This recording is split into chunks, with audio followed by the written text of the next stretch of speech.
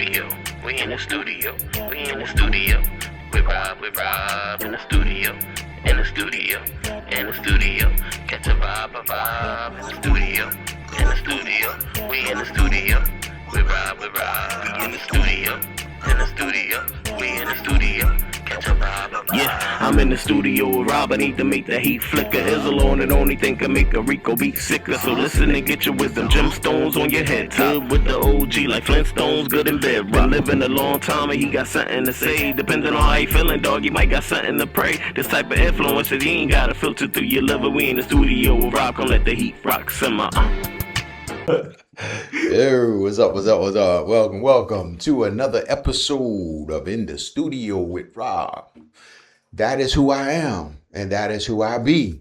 So I welcome you into the studio with me. Hey, yo, that rhyme. Bars, you know how I do. Hey, and in the studio, I'm with my man Izu. Yeah.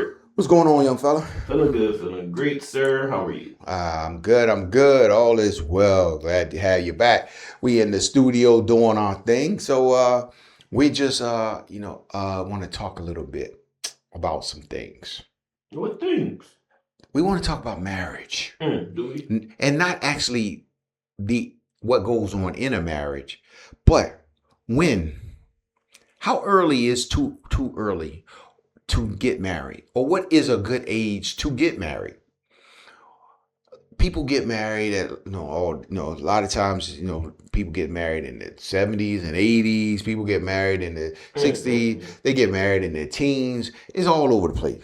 However, and a lot of times when people get married in their 50s and beyond, usually it's not the first time. Usually they get married again, but sometimes it's the first time for some. But I want to speak more to younger people about this. So yes, and not and not to some older people. There is, to me, a prime age range to be married in. Now, just because that's the prime age that I'm saying doesn't mean that everybody should get married at this time, or everybody it's not a one size fit all. Is it 35? No. 30? I think it's between 28 and 32. Oh. And the reason I say that is because you have time in your life, in your growth, to learn and grow and develop, and more important, understand who you are. Understand the things you like, the things you don't like, the type of people you like, how you like to deal with certain situations. In that time, during that time, you have an opportunity to grow individually. And then as you grow individually and understand yourself, then you bring somebody else into your world.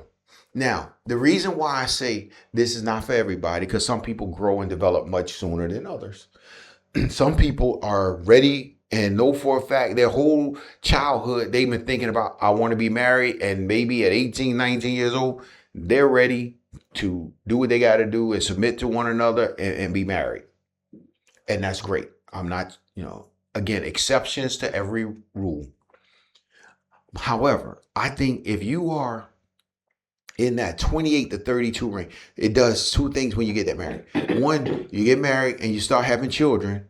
You're still young enough to play and enjoy your children. You're not so young that you as young as your kids, and y'all basically being raised together, but you're old enough to be able to share some wisdom but enjoy them, get on the floor and play with them, without needing help getting up. So, so you got that part. And then also when you go to the schools, you ain't like they looking at you like, oh, do you go here? So it's like, nah, my kid go here. So, you want to make sure, again, exceptions to every rule, but again, it gives you something to add to your children's life. And I think when you're young, or especially in that age range, you are young enough to have the patience needed to deal with little kids as they're growing up. And then you still can play and enjoy them, exercise with them, whatever the case may be at a young age. some of y'all waiting too long to have any kids. You know, I shouted to my sister, you know, she was, you know, kind of old when she had her last one, you know, but at the same time, it's like, yo, that's cool. But look, them kids your patience change. And, you know, she was different. But, you know, for me, I love my grandkids. But I don't have the patience for little kids no more. When my kids, trust me, I was a jungle gym. They slide up and down my legs, my back, crawl on me, sit on my head, whatever. It didn't bother me when I was younger. And a big head. You know, but it didn't bother me. You know, I stick my arm out. They doing pull-ups on my arm, all that kind of stuff. It was cool. Now it's like, yo, go sit over there. Why are you making all this noise? You know, it's like it's a different mindset. But when you in that age range, you can handle those things. You know, but then too, like I said, you need to be able to. You need to have something to bring to the table. You need to, you know, to me, a successful marriage, you know, a lot of the problems people have in marriage is one, financial and communication. And you can reverse those if you like for 1 and 2. But those are really the biggest 2 issues. People don't communicate well and they have money problems. One, the longer you are living, I think the better you become at communicating, because one, you understand the importance of communication for one, but then also you learn from the things you didn't know before, so you become better at it. And so in a marriage, you got to be able to communicate well with your wife or your husband. And so given that time, by the time I'm 28 to 32, I would hope that I'm a better communicator. And again, you'll still continue to get better, but I'm a better communicator than I would have been at 20. Now, 2, financially. By 28 to 32, I would hope that I got a career, a job, or something that would make me stable. Not to say I won't get better or stronger, but I shouldn't be looking for a job talking about I got a wife. I shouldn't be looking for a job, you know, and saying I got a family, you know, I got to take care of my family. Well, you ain't got no job, bro. Why you got a family? So we do things backwards sometimes. You should have a stable job that can take care of the wife that you want to bring into your life. I'm not telling you got to be, you know, 6 figures. I'm not telling you got to be a millionaire, all that crazy stuff that most people aren't. And that people be like, oh, I want a man that do. Stop. You're probably not going to find that. Okay. Get off Instagram. So, but in reality, you want somebody that can take care of you, you know, and you want to be able to take care of your wife. If y'all going in this thing together, y'all want to talk about then 2 stable careers. Hopefully you've already finished schooling, if that's whatever schooling you need, whether it's trade or you know, college, whatever. But hopefully you already finished that before you went into your marriage. So now you can focus on your career and your marriage versus trying to get an education, which takes away from time from your wife or your husband and your kids. Mm-hmm. So again, all those things play a factor. But if you broke and you talking, I want to get married, y'all gonna have some problems because y'all gonna be struggling about finances.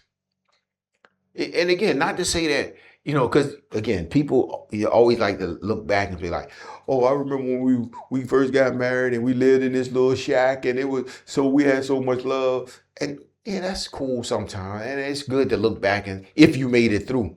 But for that same conversation, a lot of people ain't make it through that. It's like, yo, yeah. And she was like, yo, it's cold. I'm going home to my mama and daddy where they got heat. I love this man, but I'm not gonna freeze out here with him. Mm-hmm. So all marriages don't make it through that. So again, I'm not talking about exceptions. There are always exceptions. But I'm saying what you want to do is have a place to live, have money. Have a job, a consistent job, some money in the bank, so that when we get married, we're not struggling. I would even suggest that when you get married, and again, this ain't everybody, because I know people have kids out of wedlock and all that stuff. But if you marry someone without kids, I would suggest you wait at least a year before you even have kids, maybe even 2, so that the 2 of you can enjoy your married life first, and then bring a child into it.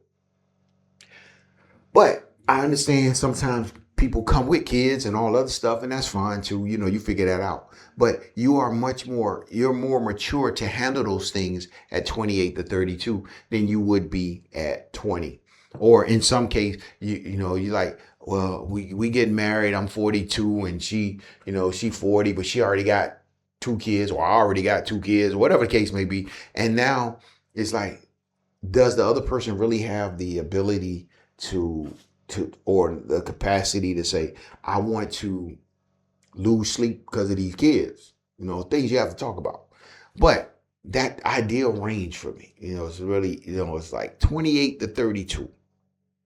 And again, always exceptions, different things. So what would be something that you would say, okay, 28 to 32, you're better at, hopefully, communicating. Hopefully your finances are stable.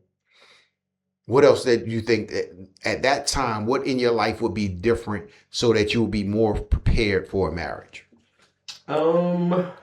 Patience. Patience. Patience for sure. I was at 23 way less patient than I am, and I don't think I'm particularly patient now, but I just know I have a lot more. I'm a lot less likely to blow up than I would have been. Mm-hmm. Yeah, and you getting old, so blowing up ain't the same. I didn't say that. I thought that's what you said. Okay. Like at the age you were talking about. Okay, yeah, so patient. And I agree with you. Patience is huge. But the key to you do gain more patience the longer you live. You learn how to handle things better and not be frustrated from every little thing that happens. Where when you're young, it's like your emotions control you so much more than when you get older. It's like, I control my emotion, not my emotions controlling me. But when I'm 20 or, it's like, I'm just responding. Mm-hmm. At 30, it's like, let me think about this for a second. Because you think about also over time, it's like, what do I have to lose? And you think about that. So your patience be like, I'm going to lose patience. But you're like, all right, I got a lot to lose here. Well. Yeah, let me put this on the back burner for now. Mm-hmm. So again, I agree with that. Patience is huge, and that grows over time. So with your communication getting better, your finances being stable, and now you having a little more patience, now you're more equipped to have a successful marriage. And not to mention the fact that hopefully you picked the right person because you've had some experience of what you like and don't like. Mm-hmm. So and y'all both have more life experience, honestly. So yeah, just be able to make different decisions or decisions based off experience as opposed to learning for the first time. Yeah, that's its own problem for. Yeah, I mean, because you think about it, it's like, I don't know nothing, you don't know nothing. And we trying to figure this thing out together. So we keep making these dumb mistakes because both of us dumb in reality. I don't mean that in no negative way, but you dumb. You dumb because you just don't know, not because you stupid. But I don't know. Or you might be stupid. Why you keep trying to apologize? You might be dumb. If you dumb or you heard this, you calling me dumb. You might be dumb then. Okay, you dumb. Hey, you can still listen. So the fact that you just don't know, and life teaches you things that would help you going forward. If you're smart enough to learn it. And again, that is true. You gotta be smart enough to learn what it's teaching you. But you gotta be open to change as well. And I think what happens over time, that the longer you live and as you go, it's like you understand that certain things aren't permanent. As much as when you young, everything that happens seemed like, it's the end of the world, or this is the best thing ever, or the worst thing. And the longer you go, it's like, okay, it's temporary. This high won't last forever. This low won't last forever. And so we understand that we're going to go through those things and get to the other side. But sometimes we get so caught up when you're young into the emotion of everything and it being the best or the worst ever. And but life teaches you that, something else is coming, bro, good or bad. And so those things also help you in your marriage as you go forward. So I'm not saying I need a woman that knows everything, but I want you to know something. I don't need, you don't necessarily need a man that know everything, but he got to know something. Like when I was growing up, basically almost, and I'll speak for dudes in the South. For the most part, all dudes know how to do something with a car. We knew how to change oil. We know how to, we definitely, like fixing flats and all that stuff. But we know how to change oil, some, brakes, again, cars have changed, but it was like basic things you knew how to do. Manually. You knew how to use a ruler, you knew how to, take measure, and how to hammer, nail, and all, all this just basic stuff. Well, I know things are different, so people aren't working on cars the same way because of the computers and whatnot, but there are basic things that you should know how to do. And if you don't know how to do them, then you need to learn how to do them before you start getting a wife and a family, because you got to take care of certain things for yourself. And so, again, some of us or some people are lucky enough to say, well, I don't know how to do it. Let me call my dad. Or I don't know how to do it. Let me ask my mom. But a lot of us don't have that. And if you don't have that, then you need to find someone that can help you prior to. But you need to have some basic things that you've learned over the years to help you prepare or help you succeed in your marriage or taking care of a family or taking care of a home. And I think too many times we don't look to understand how important that is, because I don't want, my wife looking at me like, this dude can't even change a light bulb. It's like, come on, bro. I don't even know. Look, we got a ladder. And I'll be honest, I've seen this happen. I've seen a dude fumbling to put the ladder up, to go up. It's like, bro, you don't need to go up that ladder because you don't even know how to stand it up right. Yeah, facts. You fumbling around. Look, no, make sure it's stable. It was secure. Yeah, it's like, but that's because not because they dumb, because they've never used it before. No one has ever taught them how to use it, and common sense ain't common to everybody. But sometimes if you fell off a ladder, you realize I need to lock this in place before I go up here. Or you dumb. Because why you climbing up something you don't know is stable? You ain't shaking, you ain't giving the little like I said, common sense ain't always common. Exactly, so you dumb. Ain't no I just never do before. You ain't never do before and you dumb. That's why you never do before. They do not to put too much on your dumb plate. So again, and if you all like that, you probably should get married. Dumb people should. Don't marry nobody and dumb people. Yeah. You dumb. Yeah. Either you and your girl dumb, or you dumb and your girl smart, and now like she tutoring your kids just off rip because you dumb and she trying to make up for your dumb. Yeah, sometimes some people look. Just wait, bro. She should never married you because you was dumb. Yeah. But you dumb, so you ain't know no better. Yeah. See, you ain't know no better. Unless somebody told you that you was dumb. If somebody told you was dumb, you don't got no excuse.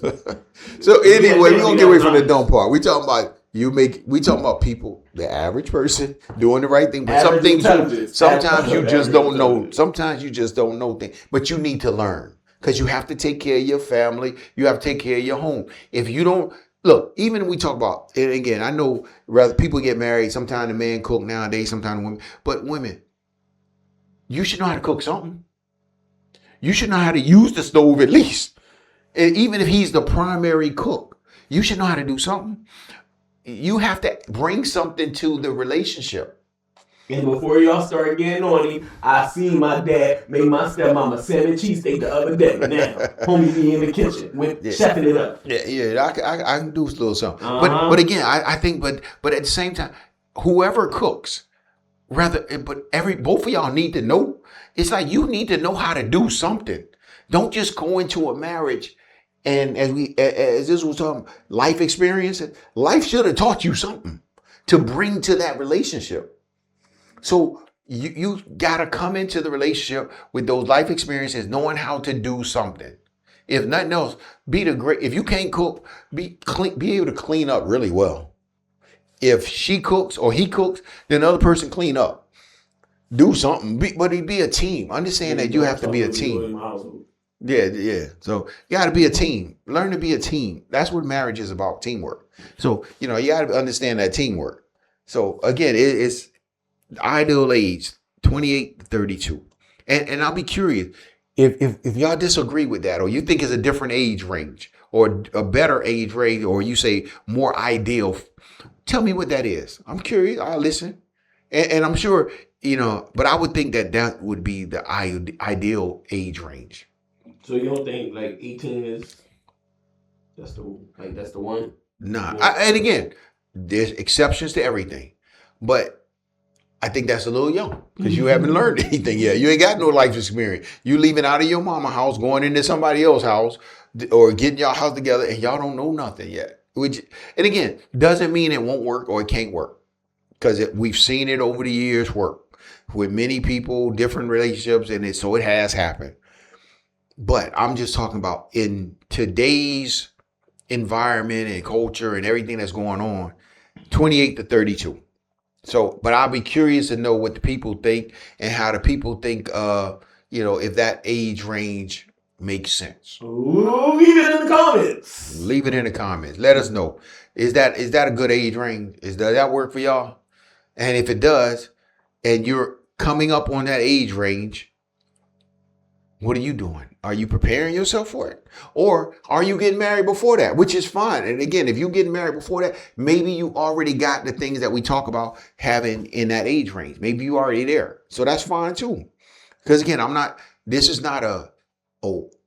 what everybody should do. That's not what I'm saying. I never want to say that. I never want to say everybody should do anything.